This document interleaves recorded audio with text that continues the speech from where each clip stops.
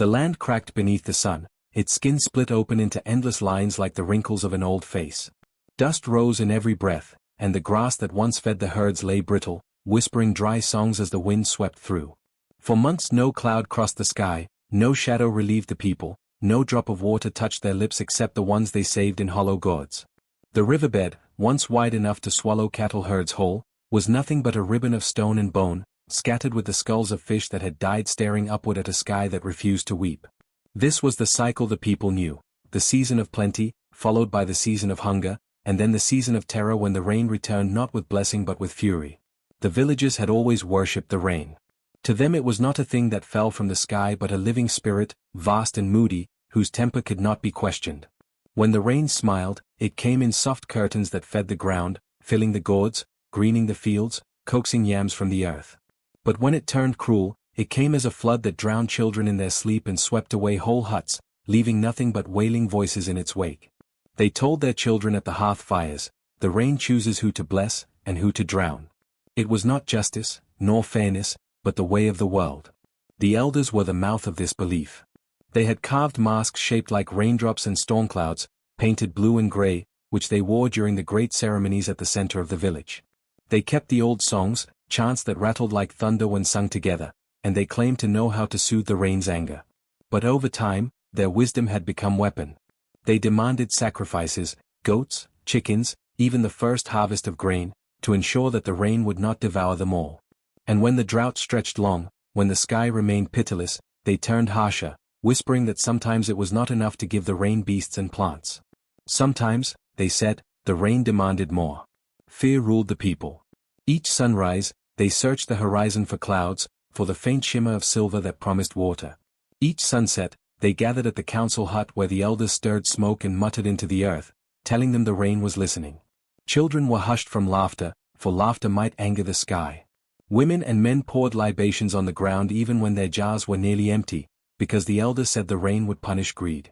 In their songs, the rain was a father and a mother, but also a judge, watching always, measuring every deed. And so the land was not only parched by drought, it was soaked in dread. Neighbors eyed one another with suspicion, fearing someone's hidden sin might be the reason for the endless dry days. When a cow collapsed in the field, tongues wagged that its owner had angered the rain. When a child fell sick, whispers spread that perhaps the family had failed to honor the storm songs. The elders encouraged these suspicions, for each accusation meant another ritual, another sacrifice, another proof of their power. The children grew up fearing the sky. They learned to walk with heads bowed, not daring to look directly at the burning blue above, lest the rain mark their insolence. They were told to listen for thunder in their dreams, for thunder was the rain's voice speaking in secret. Some woke in the night sweating, certain they had been judged already. And always, in the background of their lives, the elders stood tall in their painted masks, reminding them that survival came only through obedience. When the wind did shift, carrying the faint smell of wet earth, hope trembled in their chests, but it was not hope untainted by fear. For they knew the rain's arrival might mean salvation, or it might mean destruction. A blessing or a curse, depending on how it woke that morning. Their lives were balanced on the edge of its moods, and no one dared to question why such a God would be so cruel. That was the way of the world, the elders said. And if the rain wished to take, then the people must offer. So the land endured in its cycle, years of dryness where the ground cracked open like wounds, followed by years when the sky broke and the rain came raging, tearing away the fields the people had so carefully planted. And through it all, the villagers bent their backs and bowed their heads, clinging to the rituals that chained them in fear. For the rain was more than water, it was judge, master, spirit, and executioner.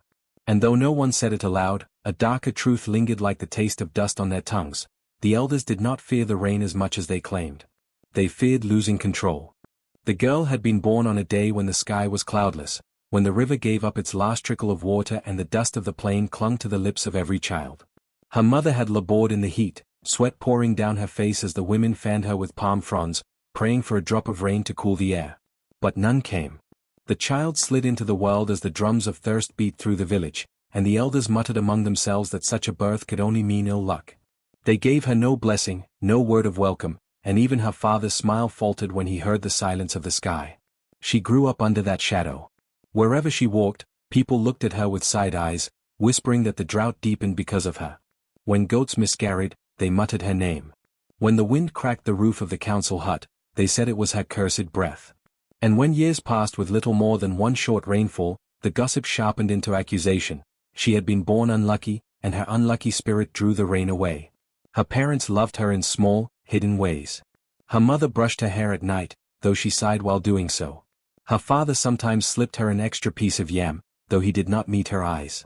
They told her not to mind the whispers, but even their comfort was stained with caution. When neighbors came by, her parents kept her inside. When elders passed, they pushed her behind them, as though shielding themselves from the rain's gaze.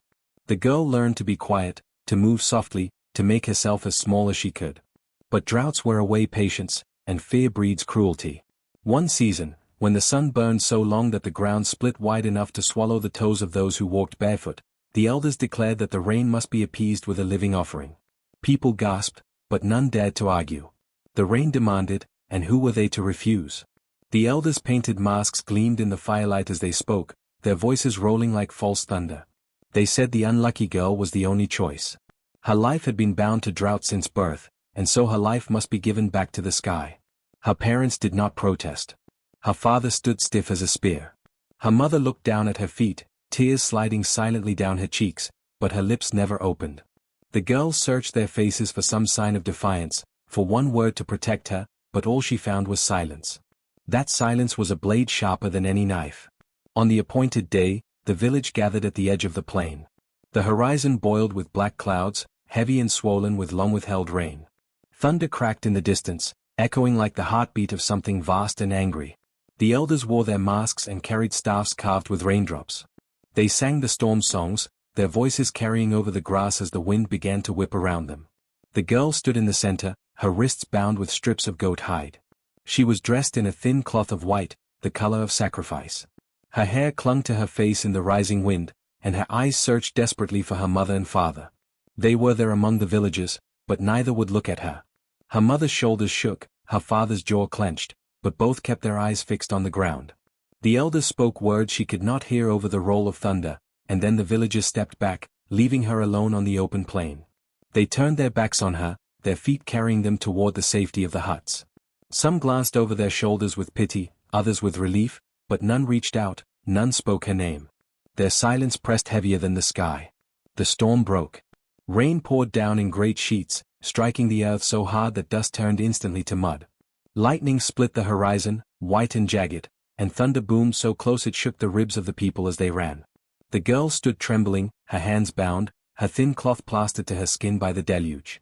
Water streamed into her eyes, her mouth, her lungs. She coughed and gasped, but no one came back for her. She called out once, a cry that ripped her throat raw, but the storm devoured her voice. She prayed to the rain as she had been taught since childhood. She begged it to see her innocence, to know that she had never called the drought, that she had never wished the land dry. She promised to serve it, to sing its praises, if only it would spare her. But the rain did not answer. It lashed her with its hands, filled her nose, pressed her into the earth. She fell to her knees, the mud swallowing her legs, her hair streaming like dark rivers across her face. Her chest burned with sobs, but her voice cracked into silence. All around her the plain became a sea, water rushing and pooling, carving rivulets that hissed like snakes. She was small in the vastness of it, no more than a scrap of cloth in the grip of an endless storm. Yet in her despair, a strange calm began to grow. She lifted her head into the downpour, let it strike her skin until it felt as though her very bones were being washed clean. Her tears mingled with the rain until she could no longer tell them apart. Her prayers turned wordless, only a longing in her heart, an ache that asked not for life but for release from her loneliness. And in that moment, though she did not know it yet, the rain listened. But for her, standing there abandoned, the only truth she felt was sorrow. Her family had cast her out, her village had condemned her, and even the sky seemed bent on drowning her. She closed her eyes, leaned back her head, and let the storm take her. She did not resist when the water crowned her in its fury, when it beat against her shoulders as though shaping her anew. She was nothing now but a girl left in the rain, waiting to be washed away. The storm raged like a wild beast, tearing across the savannah with claws of lightning and teeth of thunder. The girl knelt in the mud, her body shuddering with cold and grief, her arms bound uselessly at her sides. The rain poured so heavily she could not breathe without swallowing it, and yet she did not fight anymore. She had already been cut loose from everything she loved. Better, she thought, to let the storm have her quickly than to linger in exile and silence. But the rain did not drown her. Instead, it pressed against her face with strange tenderness. She felt its weight change, as though the drops slowed just for her, sliding down her skin like gentle fingers. The water no longer stung, it caressed. She blinked against the sheets of falling sky and saw shapes moving in it, arms of liquid bending low, faces rippling in the curtain of rain. The storm's roar softened into voices, countless voices layered together, murmuring, chanting, singing. Some were deep as thunder, some sharp as lightning, others delicate as the rustle of leaves when the storm first touches them. Her breath caught. The voices were not angry. They were calling her.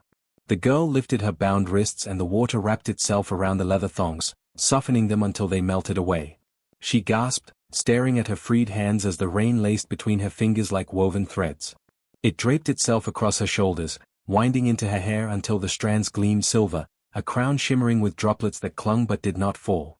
She felt the weight of it, regal and steady, not like wetness but like power. She staggered to her feet, and the mud that had swallowed her knees hardened beneath her, rising into a smooth surface of glistening water that carried her upright. She was no longer drowning in it, she was standing on it, the flood beneath her becoming firm as stone. The storm swirled around her in a great circle, walls of rain bending inward, as though the very sky bowed before her. Strength surged through her limbs, strange and wild, a fire made of water. Every drop that struck her skin sank inside and became part of her, filling her veins with a pulse deeper than any heartbeat. She no longer felt cold, no longer felt weak. Her chest, which moments before had ached with despair, now swelled with something vast, something uncontainable. She lifted her hands and the downpour followed, streams of water leaping upward like serpents, coiling and waiting for her command. The voices grew louder, clear now. They whispered her name. They sang it, layer upon layer, until it became a hymn. She could feel their memory, the memory of countless storms before her, of rivers rising and seas devouring coasts, of life sprouting green wherever the rains fell. She saw flashes in her mind, villages that had once flourished when the rain blessed them, fields that had drowned when the rain grew wrathful, elders bending low in fear, offerings of goats and grain left to rot in the mud. And beneath it all, a truth pressed against her soul. The rain had not been absent because of her ill luck. The rain had been waiting. Waiting for her. She cried out, though her voice was no longer ragged. It carried like thunder itself, rolling across the plain. "Why me?" she demanded, but the question dissolved as soon as it left her lips. She already knew the answer. The rain had chosen her because she had been cast aside. The elders had cut her loose, and so she was free for the storm to claim. Her heart trembled between awe and terror. She was still the girl whose mother turned away, whose father stood silent, whose village named her cursed. Yet now she was more, something newly forged, her body no longer only flesh and bone but a vessel filled with the weight of clouds. The crown of water in her hair gleamed with lightning's reflection, each drop a jewel of the sky. She touched it and felt not wetness but power sink into her fingers. She laughed then, a sound startled out of her, half wonder, half disbelief. The laugh echoed strangely, echoed back by the walls of rain until it became a chorus, as though the storm itself laughed with her. She realized the rain was not merely speaking to her, it was speaking through her, filling her voice, her breath, her very soul. The girl who had been left to drown was gone. In her place stood the crowned child of the storm, the chosen of the rain. And somewhere deep in her chest, in the space where grief had hollowed her, she felt a new truth. She was no longer the one who begged for mercy. She was the one who would decide whether mercy would fall or be withheld. The storm that had crowned her raged through the night, tearing branches from acacia trees, uprooting huts, and flooding the paths that wound between the clay walls. The people huddled inside, certain that the offering had been accepted, that the unlucky girl's life had been swallowed by the rain at last. They whispered prayers between the cracks of thunder, and when dawn broke, they crept out into a world reshaped by flood and lightning. But what they saw froze their breath in their throats. She walked toward them across the soaked plain, her feet making no sound on the flooded earth. Water streamed endlessly from her skin as though her very flesh had become a river. Her hair gleamed with droplets that did not fall, woven into a crown of liquid light. Her eyes were not the eyes they remembered from the girl born unlucky. They shone with the depth of storms, gray and blue, shot through with silver, as though lightning itself smoldered in her gaze. The villagers staggered back, some clutching their children to their breasts, others dropping to their knees in fear. Whispers spread like fire, ghost, spirit, rain phantom. A boy cried out, "She is drowned. She is not alive," but the sound of his voice faltered as the rain-born girl turned her shining eyes upon him. Her gaze pinned him in silence, and though her lips did not move, water rippled across the ground at his feet, hissing against the dust. The elders gathered quickly, their carved staffs clutched in shaking hands, masks drawn hastily over their faces. They tried to summon the authority that had long kept the people obedient. Their leader stepped forward, raising his staff high. "This is no child of ours," he declared, his voice ringing across the wet air. "She is cursed, an omen of death. The rain has rejected her, and now she returns to devour us in its wrath." But even as he spoke, his staff cracked. The wood split down the middle, soaked through by the endless water that seemed to seep from the girl's very presence. His words felt brittle, hollow, and the people knew it. The rain-born maiden stopped in the center of the village square. Water pooled beneath her feet, spreading outward, glimmering in the weak daylight until the entire ground seemed to ripple like the surface of a hidden lake. Her shadow stretched across it, not dark but liquid, a deep pool that spread wider than her body, curling around the ankles of those nearest. From that pool came whispers, low and endless, like rain pattering on endless leaves. Some swore they heard the voices of their ancestors calling. Others swore the whispers promised only vengeance. Her mother was there, her father too, both trembling at the edges of the gathering. Their faces were pale, their eyes wide with the terrible recognition that the child they had abandoned had not been swallowed by death but exalted into something more than human. She looked at them once, her gaze cool and distant, and they lowered their heads in shame. The elders tried again to banish her, raising their voices above the hiss of water. They cried that she must return to the plains, that the village could not suffer her presence. But their words fell flat. For every sentence they spoke, the whispers rising from her shadow drowned them out, coiling into the ears of the villagers, filling their hearts with unease. The people had once feared the elders' authority, but now they looked from the crumbling masks of their leaders to the girl who stood crowned in rain, and they felt something shifting. The maiden did not speak at first. She only raised her hands, and as she did, rivulets of water slid upward from the earth, swirling around her arms like living serpents. The villagers gasped, some falling to their knees in awe, others turning to flee. But no matter where they ran, the ground slicked with her pools, her shadow flowing ahead of them, cutting off their escape. When she finally spoke, her voice was low, but it carried like thunder across the huts. "You left me to die," she said. Every villager heard the words, though she did not shout them. They resonated in the chest, in the bones, carried not on air but through water itself. "You called me cursed. You offered me to the rain. And the rain answered." Her words sent ripples through the pooling shadow, and the whispers grew louder. Some heard promises of floods that would cleanse the land, others heard demands for blood.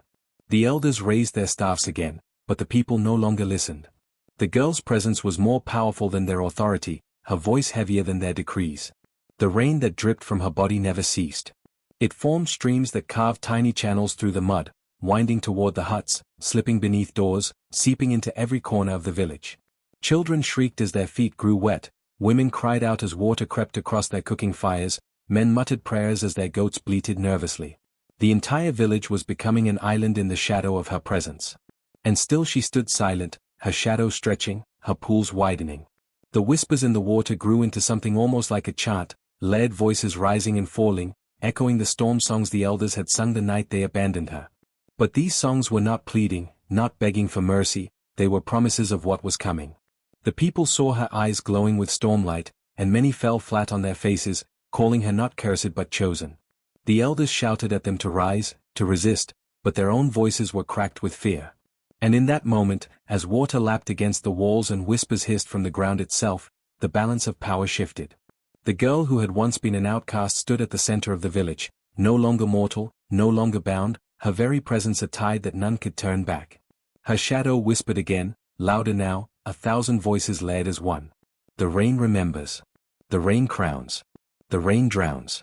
And the people shivered, knowing that what they feared most had already arrived. The sky had been waiting. 4 days it hung heavy, swollen and bruised with dark clouds, a vast belly trembling to release what it held. And when the girl raised her eyes toward it, crowned in the ceaseless drip of her own rain, the heavens split apart. The first drops fell like stones, striking the roofs with hollow thuds. Then came the downpour, sheets upon sheets, a wall of water hurled downward with the fury of a god long denied. Yet the storm did not spread across the savannah. It did not soak the plains or feed the thirsty rivers beyond. Its anger belonged to the village alone. The sky cracked wide, and the flood fell in a single circle, bound to the land that had abandoned her. Beyond the huts, only dust lay dry, the grasses untouched. The storm was theirs and theirs alone. The people screamed as the deluge swallowed their homes. Thatched roofs sagged and collapsed in moments. Clay walls softened and crumbled, dissolving into rivers of mud that surged through the square. Goats and chickens bleated in terror, swept away before anyone could free them. Cooking fires hissed into silence, their embers drowned. But she walked untouched. Where her feet passed, the water curled away, leaving the ground firm and dry beneath her steps. The rain slid off her shoulders as though unwilling to touch her, even as it pummeled the villagers into the mud. Her crown of droplets glowed in each lightning flash, her eyes burned with stormlight, and the water seemed to obey her without command. She did not hurry, did not raise her arms in anger, she simply walked, calm and silent, while destruction unfurled all around her. The villagers rushed to her, some crawling through the rising flood, others dragging themselves upright against the torrents. "Mercy!" they shouted, their voices strangled with fear. "Daughter, please, forgive us. We did not know. We thought you cursed. Spare us now." But the girl did not answer. Her lips remained still. When she passed, the water rose higher. It became clear that it was not her silence that condemned them but the rain itself, speaking with its own voice. The flood roared in their ears like endless chanting, a single truth repeated over and over: the rain remembers. The rain crowns. The rain drowns. The elders stood their ground in the council square, their masks already sagging under the weight of wetness, their painted symbols running like tears down their cheeks. They raised their staffs, shaking them against the storm. "We command you," they cried, their voices cracking beneath the thunder. "We command the rain to stop. This girl is cursed, not chosen." But their words turned thin and useless in the torrent. Lightning forked above, and the water surged toward them in a single great wave. The people watched as the wave struck the elders, lifting them from their feet like dry leaves, tearing their staffs from their hands. They flailed and shouted, their masks spinning away into the flood. The villagers who had once trembled at their authority now saw them tossed like children's toys, their voices cut short as the torrent pulled them under. One by one their cries ended, muffled into silence beneath the rising waters. The people shrieked louder, clawing at the air as though the sky itself might pity them. Mothers held their children above the water, fathers clung to beams of broken roofs, the old clutched at anything that still floated. But the storm had no mercy.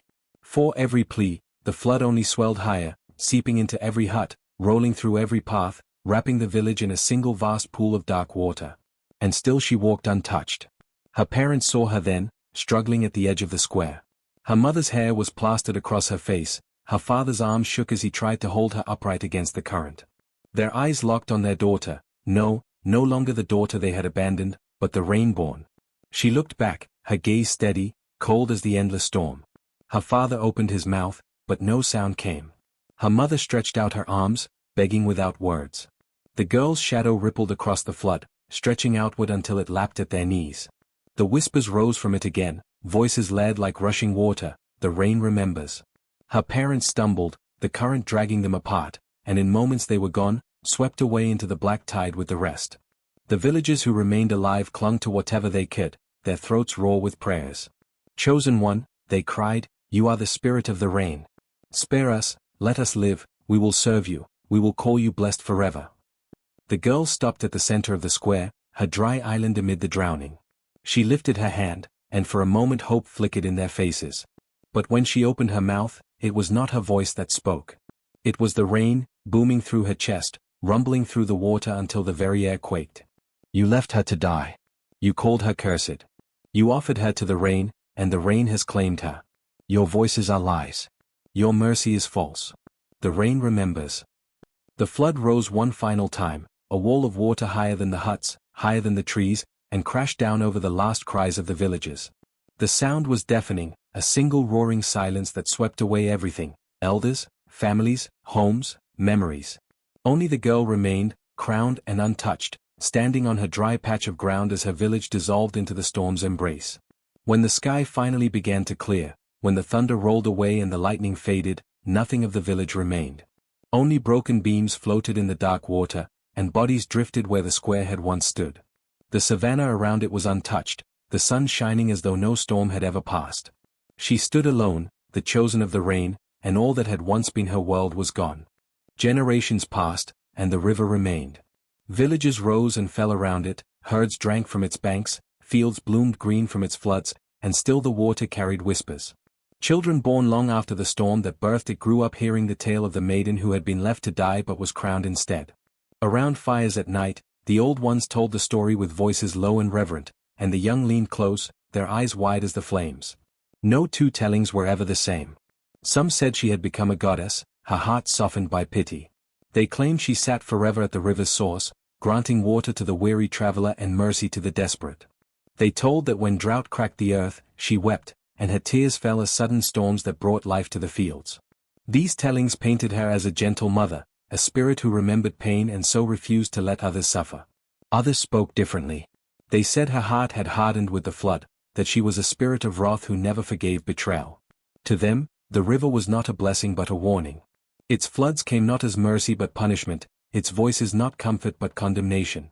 These elders warned the young never to mock the abandoned, never to turn away the unlucky, for the Rain Maiden's shadow still lingered. In their voices, the story dripped with fear, a reminder that cruelty always calls the storm. What all agreed upon was this: she had been chosen. Cast aside by her own, abandoned to the storm, she became its vessel, its judge. Cruelty had summoned vengeance, and silence had bound a curse upon those who failed to protect her. The lesson ran deeper than the river's bed, that those who suffer most unseen are often the ones the spirits claim for greatness. Seasons came when storms raged fiercer than any had seen before, when lightning carved the skies into pieces and rain fell in endless sheets. In those nights, travelers swore they saw her figure rising in the tempest, a girl crowned with water, her eyes glowing like storm clouds. Farmers whispered that every raindrop called her name, though none dared to speak it aloud, lest the river hear. Mothers hushed their children to sleep with the story, half lullaby, half warning. Do not turn away the helpless, for the rain remembers. And so the tale of the Rain Maiden lived on. Not carved into stone or written in books, but carried in the mouths of the people, in the trembling of their voices when thunder rolled, in the way they bowed their heads as the first drops of the season struck their skin. For whether she was goddess or wrathful spirit, none could deny her crown still gleamed in the storms, and none could drink from the river without thinking of her. Even now, when the sky breaks open and the world drowns in silver, some swear they see her standing at the water's edge. A girl, no older than when she was abandoned, crowned with rivers, eyes like storms. She does not speak, but the rain itself whispers her name, again and again, until the earth trembles and the people remember. When the storm broke at last, the world was changed beyond recognition. Where once stood a village of dust-colored huts and narrow paths, there now ran a wide ribbon of water, restless and gleaming under the newborn sun. The rains had not stopped gradually, as they sometimes did, but all at once, as though some great hand had closed the sky. What remained was silence, thick, unsettling silence broken only by the soft, endless murmur of the river that had been born in the night of terror. The survivors who had fled to the high ridges looked down in disbelief. They searched for familiar markers, the drum tree at the village edge, the hearthstones where council fire was held, the rows of millet that once bent in dry wind. All were gone, swallowed. In their place stretched water that glittered and whispered, a serpent of silver coiled through the land. It was not a flood poised to retreat but a river that had carved its bed and claimed dominion. The earth itself had shifted, surrendering to the new crown laid upon it. And in that river lived voices. At first, it was only the rush of the current, the lap of waves against newly broken banks. But as the survivors strained their ears, they swore they heard words hidden in the foam. They heard weeping. They heard names carried downstream, as though the drowned called out to be remembered. They heard warning, too, a low chant braided into the water's music: never betray the innocent, for the river does not forget. Mothers covered their children's ears, fearing what truth might take root if they listened too closely. Yet the children listened anyway, and the words seeped into their bones like dampness into wood. The drowned had not vanished. Their bodies lay buried beneath the rushing torrent, and their spirits rose like mist above it. They became the river's whispers, caught forever in its breath. To drink from the water was to take in fragments of their voices, and the first who dared sip from cupped hands spat it out in terror, claiming he tasted salt not of sea but of tears. Others swore the water burned their throats with shame. But thirst was cruel, and soon enough, they drank despite the whispers, hoping that the river might forgive what their hearts could not. At the river's source sat the maiden. She was neither wholly alive nor wholly gone, a figure woven from flesh and rain. Her body, once frail from exile, now seemed carved of stormlight, skin gleaming with droplets that never dried. Her hair streamed like liquid night, crowned with a circlet of flowing water that shifted and reshaped with each breath of the wind. Her eyes reflected not the world around her but the sky itself, storm-colored and restless, as though clouds swirled inside them. She did not walk as others walked, she drifted, as though the ground itself bore her with reverence. To those who dared draw near the source, her presence was unbearable. Some claimed she radiated warmth, like the first rain after drought, while others swore her very nearness froze their marrow. No one could decide whether she was salvation or curse, but all agreed she was sovereign. She was the river crown, chosen by the rain, enthroned at the wellspring where water first spilled into the world. And from that throne she ruled. The floods no longer came without reason. Where once the storms were blind and cruel, they now bent to her will. Villages that honored her with songs and offerings found their fields watered but not drowned, their rivers full but not fierce. Those who scoffed, who whispered that the maiden was only ghost or lie, soon awoke to find their huts swept away, their livestock carried down river, their names added to the whispers in the current. It was said she listened not only to prayers but to hearts, and no deceit could withstand her gaze. The river crown's justice was unlike the justice of men. It was patient, it was thorough, and it was without mercy for the guilty. She remembered the silence of those who had abandoned her, the cruel indifference of her own kin, the voices that had turned away when she begged for life. And so she gave the river memory. Each drop that touched the skin of the living carried judgment, a reminder that water nourishes but also drowns, that mercy and vengeance are separated only by a breath. Travelers spread her story far beyond the drowned village. From ridge to ridge, tribe to tribe, the tale flowed like the river itself, of the girl cast into the storm, crowned instead, enthroned at the source. Her name was seldom spoken, for to speak it was to risk summoning her eyes upon you. Instead, they called her simply the river crown, the maiden of floods, the bride of rain. Shrines rose along the riverbanks, piles of stones, bowls of millet, gourds of milk spilled into the water as offerings. Some believed these gifts would soften her wrath, others gave them to appease the drowned whose whispers haunted the currents. Still, in quiet hours, when the moon lay hidden and the river glimmered like a blade, even the boldest bowed their heads. For on such nights, the river crown's figure was said to rise from the source, her crown gleaming, her voice indistinguishable from the river's roar. She walked the banks unseen, listening to the hearts of men, deciding who would drink and who would drown. None could predict her choice, and so all lived with trembling reverence, for in her rule there was no appeal, only the certainty that the rain remembers. Thus, the land was reshaped, not only in soil and stone but in spirit. The village was gone, yet its story lived on in the river that bore its bones. The drowned became eternal warnings, the river their grave and their voice, the maiden their queen. And from that day, every storm was more than weather, every flood more than chance, it was the river crown's judgment, carried on the endless crown of rain. Generations later, the village was gone, its name lost to maps and memory. Where once huts stood and millet fields stretched beneath a pitiless sun, only the river remained. It had widened over the years, swallowing more earth, carving new paths through the savannah. Some called it the lifeblood of the plains, others named it the curse of betrayal. Yet all who drank from it knew they drank from a grave, and all who listened closely enough heard whispers beneath its murmur. Children born long after the flood were raised on the story of the Rain Maiden. They learned it from their mothers while shells rattled on the hut roofs, from their grandfathers who spoke it by the fire while lightning cut the night sky. They learned it in hushed warnings at the riverbank. Do not mock the weak, do not abandon the helpless, for the rain remembers. But like all great tales, the story changed with every tongue that carried it. In some villages, the Rain Maiden was revered as a goddess of mercy. She had suffered cruelty and exile, yet instead of bringing only ruin, she gave life through her river. These storytellers painted her as a mother of waters, a guardian who ensured that drought never returned with its choking dust and empty gourds. They said that when women labored in childbirth, a cup of river water offered in her name would ease the pain. They said that when herds staggered in heat, she shaded them with storms. To them, the river crown was not terror but protection, proof that suffering could bloom into divinity. In other lands, however, her story took a darker hue. There she was no merciful goddess but a spirit of wrath, forever vengeful, forever sharp as the lightning that birthed her. These tellings did not dwell on mercy but on punishment. They remembered the drowned elders first, their arrogance snapped like reeds beneath the flood. They told how those who dared defy her, even centuries later, found their huts swept away in sudden storms, their cattle taken by swollen currents. For them, the river was not gift but curse. They avoided it, fetching water only from distant wells, whispering prayers with every storm cloud that passed. And so across the land she became two things at once, mercy and wrath, mother and destroyer, water to drink and water to drown. The Rain Maiden was both, because the rain itself was both. The lessons never changed, however. Every version of the story carried warnings that could not be twisted away. Cruelty calls forth vengeance. Silence in the face of suffering is its own crime. The abandoned are often the chosen.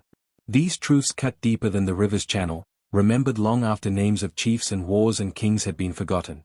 It was said that tribes who honored her thrived, while those who mocked her vanished. Carvings on ancient stones showed a girl with flowing hair, her head wreathed in waves. Songs arose in her name, sung in storms to call down rain or sung in droughts to remind her of mercy. Among some peoples, every new bride carried a small bowl of river water to her husband's house, a symbol that she would be honored and not cast aside.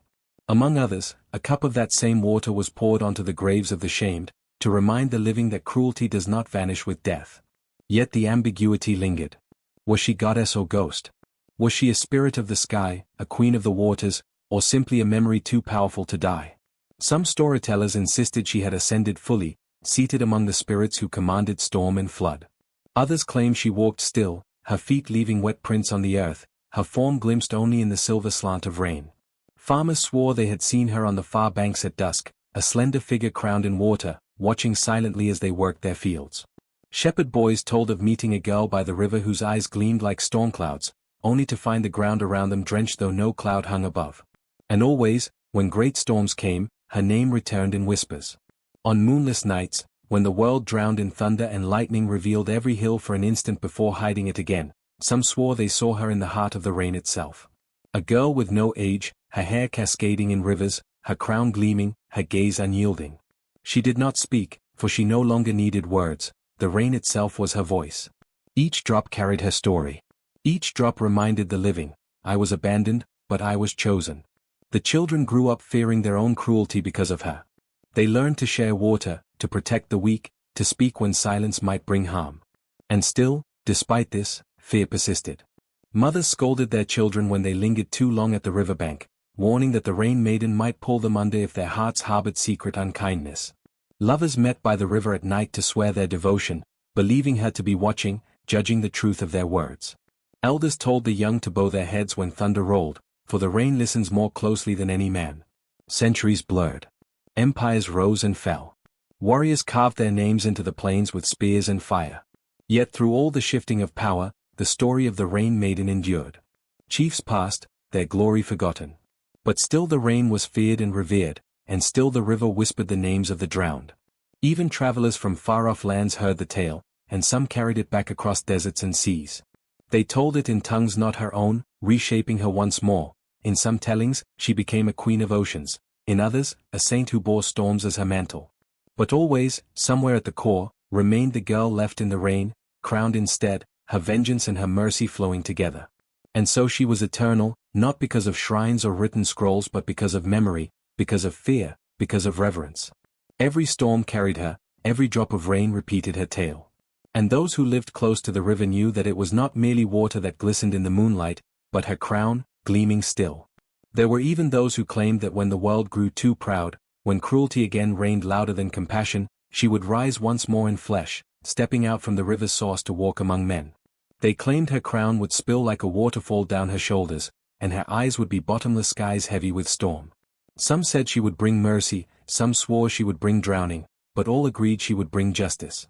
The Rain Maiden was no longer a girl abandoned. She was legend, she was warning, she was divinity and curse. And on nights when the sky broke open and rain fell so thick it seemed the world might wash away, those who listened carefully swore they could hear her name in every raindrop, whispered again and again, soft and relentless, until even the hardest hearts trembled.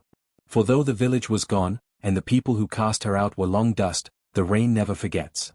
The river never forgets. And the Rain Maiden, crowned in water, watches still.